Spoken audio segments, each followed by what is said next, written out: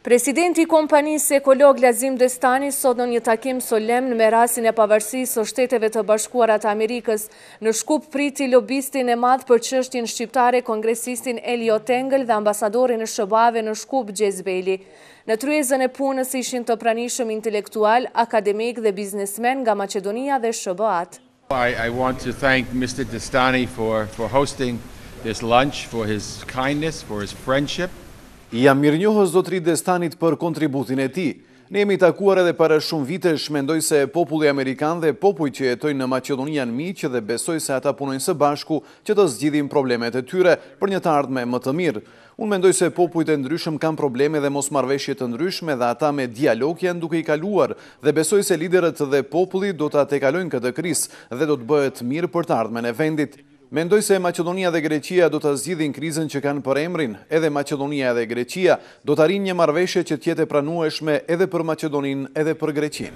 Edhe unë kisha kënaqësinë të shprehi falënderimet që sot ishte në drek në mesin ton, bashkë me përcjellës të vet, si dhe me ambasadorin e Amerikës Dodi Bailey.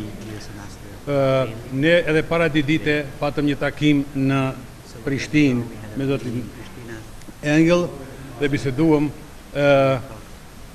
për disa pika ku më shumë të lidhet edhe zhvillimi ekonomik këtu në vend. Se zhvillimi ekonomik e zbut edhe rregullon edhe politikën. Populli këtu e dim në përgjithësi, si në Maqedoni, edhe në Kosovë, nga varfëria edhe rriten edhe shumë probleme. Sa më shumë të shtohen vende pune, sa më shumë të rritet zhvillimi, besoj se ajo është edhe një zbutje e gjithë masës popullit. Kurse faleminderoj po ashtu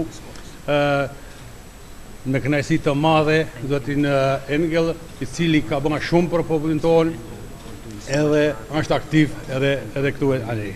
Ndryshe, kongresmeni amerikan Eliot Engel njihet si një nga mbrojtësit më të mëdhenj të çështjes shqiptare në Kongresin amerikan.